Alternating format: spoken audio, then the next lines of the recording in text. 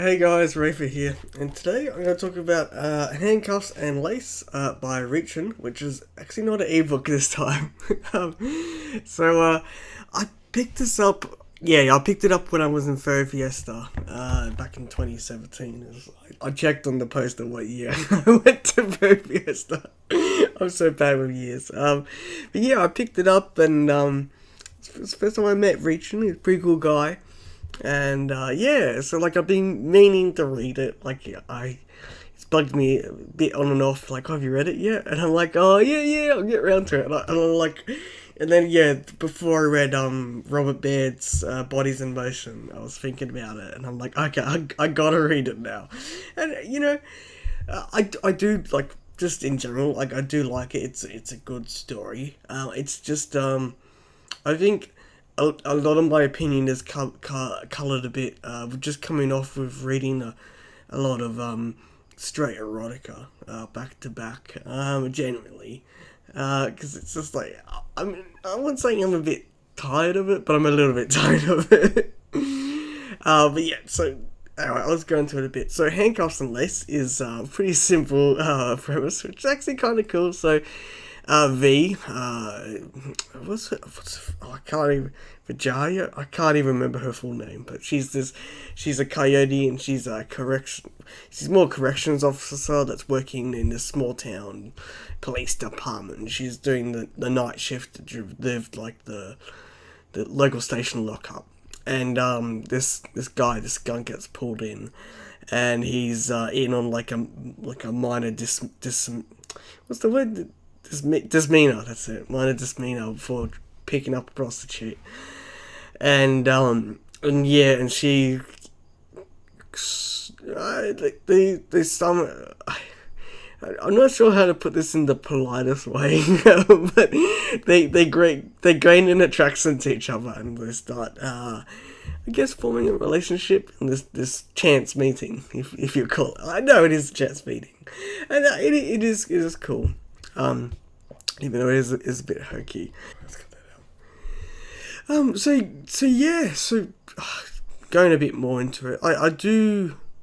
Oh, sorry, yeah. So V the coyote falls for Emerson, who's a skunk, and there's a little play on him being a skunk, but not too much. Same with V by being a coyote, and aside from the relationship, there's not too much to talk about. It is a nice story, but I think, so the more, I guess, critical things I have to say about it, I think it stem more from a bit of a dislike for V's character, which I think might stem more of just the writing in general. Like, there's a lot of extremes taken in, like, descriptions of her emotions and thoughts. Like, there was a bit early on, I couldn't find it, where it's talking about, like, the thought hit her like a truck, like a heavy loaded truck hitting a low bridge in a small town or something. It's like a really extreme description. Like, that's a big truck hitting a small bridge. Like, okay, so it's like, whoa, but it's like really a sort of a kind of a subtle thing. Like, it wouldn't, it's not like, oh my god, brain fart, whatever. It's just like, it stopped her in her tracks, And then there was this one. Emerson looked like he'd been dragged 100 miles behind a track, hauling manure, and at that moment she would have bet his pride was worn pretty thin. And, that's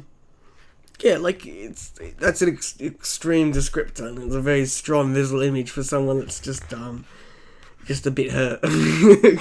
I mean, probably a bit more hurt in terms of the context of the story, because I think she took a stab at him or something. Like, he's locked up in fucking jail, picking up a prostitute or whatever. But yeah, just very extreme descriptors like that. And then a lot of the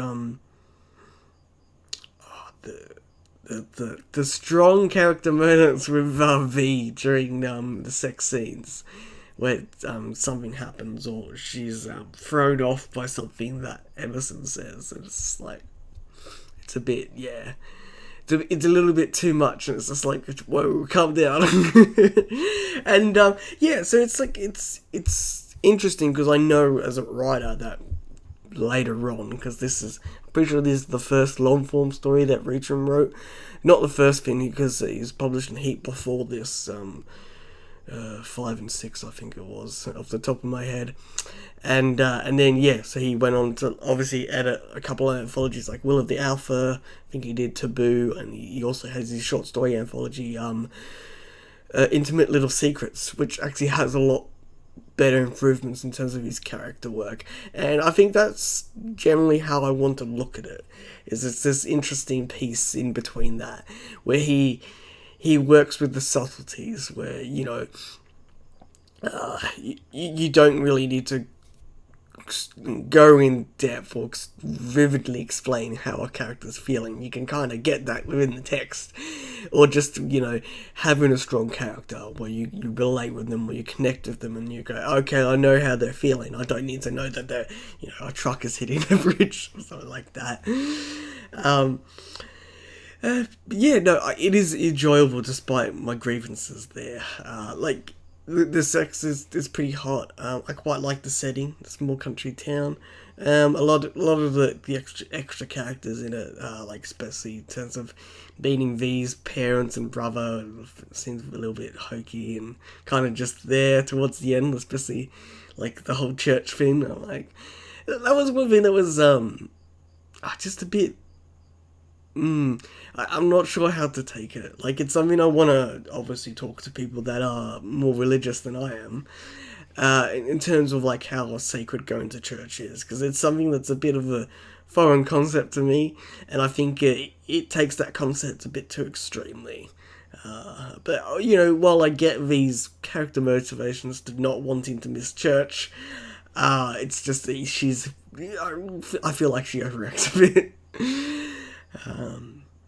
Yeah, so I think, yeah, obviously you can take from that, like, I'm talking a lot about V's character, and not so much about Emerson, and I think that's, because he is actually, he's a lot more, I guess, a lot more better written in terms of the context of the text, character, and, like, V kind of overshadows him, mostly because it is from her perspective. Like, you do get little bits of his story, but there's a whole lot of stuff you don't know, like while it does end with them, you know, moving on from the weekend tryst they had, and going back to their lives with promises to connect.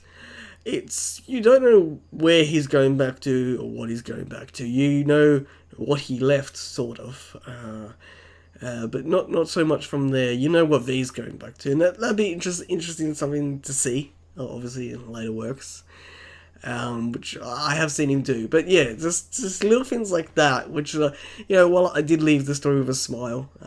What's this? I can't remember. But yeah, no, so yeah, I do recommend Handcuffs and Lace. Well, one thing I did want to go into is that I was thinking of it a lot in relations to Taganar's work, so like Exposure and the one with the Doberman school kid, the teacher thing, I can't remember the name of that story, and how, like, yeah, if I was obviously a lot more into male-female erotica, I'd probably give it a lot more pass, like I did with Taganar's stories. But then I think if I really thought down about it, I think there's a bit more gluttonous joy going on with his stories, compared to just the pairing. But no, Handcuffs and Lace is something I would recommend to someone that obviously does like, that has a strong interest in male-female erotica than I do. Yeah, so obviously Handcuffs and Lace is available from Third Planet. It's Third Planet's title. Third Planet published title. I'm pretty sure it's got the ebook up on bag.books. And I feel like it might be available as a distributor somewhere. I'm not too sure. I do recommend it. It's pretty. I think it's like $11 or $12. Like it's. I'd pick it up. Like if you want to pick it up with Intimate Little Secrets and read it on there.